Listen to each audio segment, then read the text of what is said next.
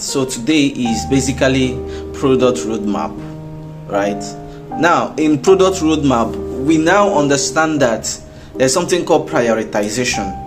In prioritization, you're trying to prioritize the most important things and work with them as you're developing a product. Now, as a product manager, you are expected to, because you have resources and the resources are limited, so you are expected to assign these limited resources to the right sources. And these resources are included not just money, time, effort, and the skills of the people you have around you. So you have to prioritize how you are evenly going to distribute these resources according to need, according to importance. A product roadmap is a visual plan, a plan that outlines the priorities and key milestones for a product development. It doesn't say every detail that needs to be done, but it tells you the different touch points. It tells you the different milestones. Okay, it tells you we do this, we'll do this, we'll get to this point, we'll get to that point. But it doesn't actually tell you to get to this point, do this, do this, do that. But it tells you the point. If you want to go to Enugu, you get to this place, you get to Umahia, you get to this place, but the details of getting from each point to the other point is not actually included. So it's more like milestones. So, and as a product manager that you are, because that's what I call you, you'll be hearing the terminologies of milestones. Okay, there are prioritization techniques. What the techniques we use to do prioritization, some people call it frameworks. Prioritization framework. Now, one of them is Moscow, Moscow, Moscow method. And what's that Moscow? It's a short definition. It's more like an acronym for must have, should have, could have, and won't have. Right? So if you see Moscow, must have, should have, could have, and won't have. So what are the things that must be in a product? What are the things that must be included in a product?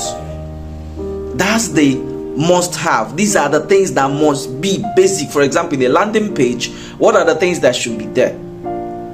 There should be search bar, there should be action buttons, right? There should be about us. So these are basic things that should be in a product feature. It's not everything that you include. For example, we are using WhatsApp. When WhatsApp started, some of the features that we are seeing now weren't there from day one. So what happened is that they kept adding more features with time, but they made sure that what is the basic feature of a WhatsApp is message sending. So is it able to receive message? Is it able to send message? Is it able to, will the user be able to access the interface? What is the color of the interface? And they were not really interested in how beautiful, in quotes, it was. They were interested in the workability, in the acceptance, because there are certain things that must be there. These are basic. The next thing is should have. See, between must have and should have is a big gap.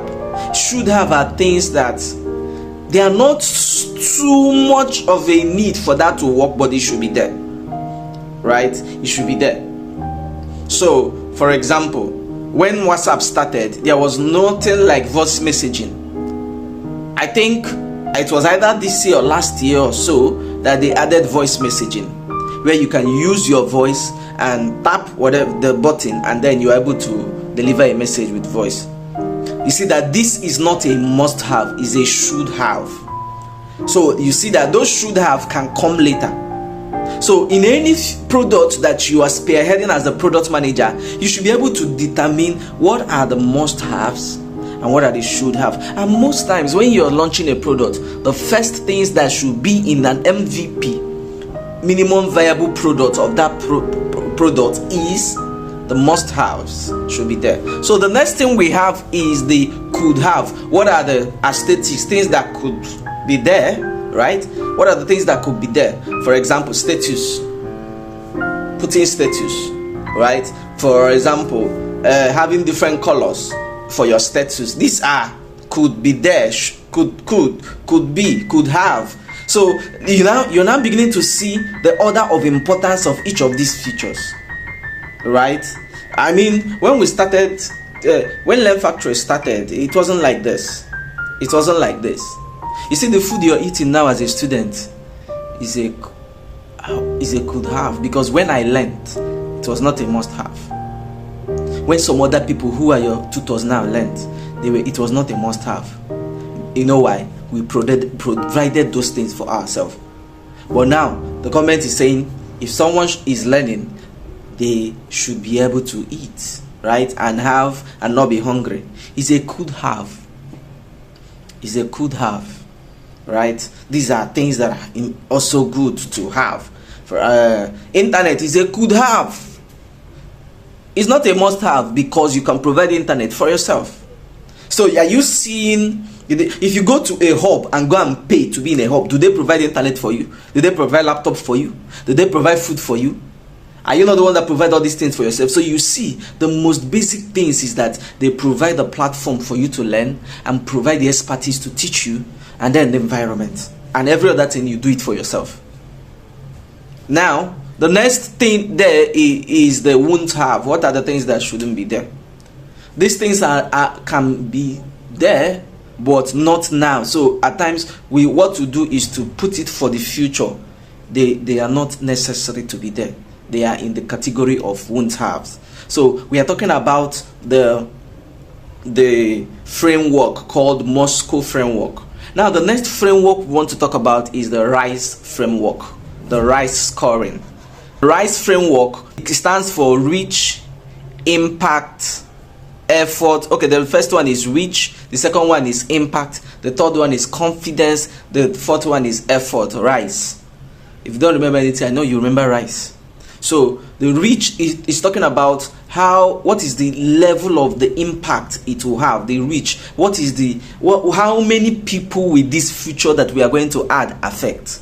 How many persons will it help us to reach more? Will it help the product to expand more, to reach out more to more people? Then the next thing is impact. What is the impact level? How much impact will it have? Will this feature have? This feature we want to add. We want to make sure that something is dancing in around of the app. How important is this thing? What is the impact of it? Is this something that can impact the goal? I mean, the objective of the company. Is this something that is important, that affects the business objective of the company and the mission of the company? So they are checking these features against the objective of your company you're working for, right? So the next thing there is confidence. The confidence is that this thing you want to do, how sure are you that this thing can go far?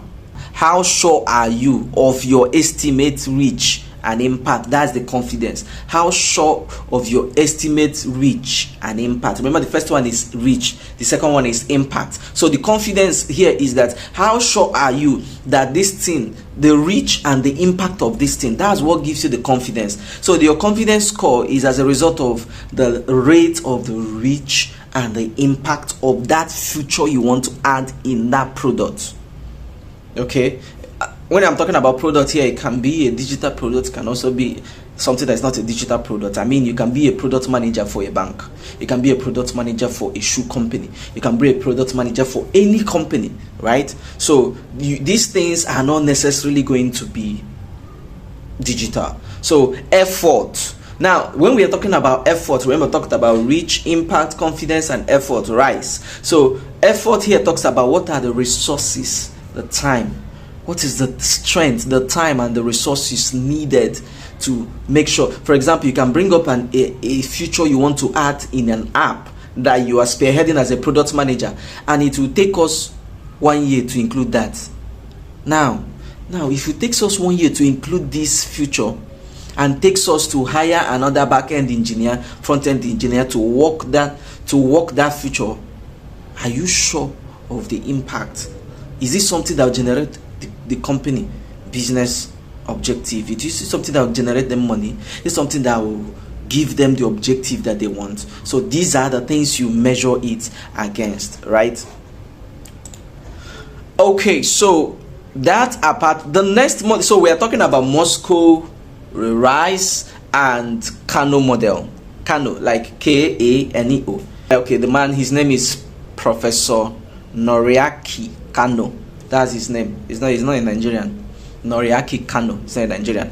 So it's a theory of product development and customer satisfaction. It clarifies the features into categories based on how they affect customers' satisfaction. So he's categorizing these features based on the level of satisfaction the customers get from that feature. Okay, so he categorized it into about 3 categories. The first one is basic. They must be present. The customer is neutral if they are there, but if they are not there, the customer is highly dissatisfied. He's not really excited, but this, for example, okay, let's use sunshine. You're expecting that when you enter a keke, the roof must be covered as against sunshine. So when you enter it, you're not really like excited that you enter the, oh, this keke sun is not on me, until you enter the one that there is no roof and is around 2 or 1 p.m. in the afternoon. Then you will understand how dissatisfied you will be that keke man doesn't have a roof. But is he going to where you're going? Yes, but he doesn't have a roof. Will you be satisfied? So these things, if they are there, it doesn't really make much impact, right? But if they are not there, the customer is highly dissatisfied. I don't know if you get the point now. Do you get the point now? Okay, so customer needs one-dimensional. So now there are the ones called satisfiers. It's called their exciters. There are certain things that, imagine you enter a keke and you see a TV inside the keke, and then everywhere is smelling good. The guy has perfume everywhere, he has air freshener everywhere. You enter and you see, the place you're matching is so good. The seat is rug or whatever. That's and this akwoche, he's so much pimped his keke very well. You enter there, the scent, the smell you perceive is so good, the aroma you perceive is so good, and there's TV, and you're like, wow, is this a keke or a cinema? These are exciters. They excite you, and these are things that the customers, when they see it, they be like, wow. And by the time you enter the keke man greets you with good English, with courtesy. You will feel it, because keke people are not usually cautious, right? Okay, so these are delighters. That's what we call them. That's the second category. Now the third category is performance needs. Performance, they satisfy you. The second one is delighters. Oh, I messed it up. I think I messed it up. The first one is just the basic. The second one should be this satisfiers. The third one should be the delighters. So the satisfiers, which I'm going to talk about now, are the things that really you should be conducive. The keke should be conducive. It's not like exciting, something out of norm, but it's more than average. It's more than it's satisfying.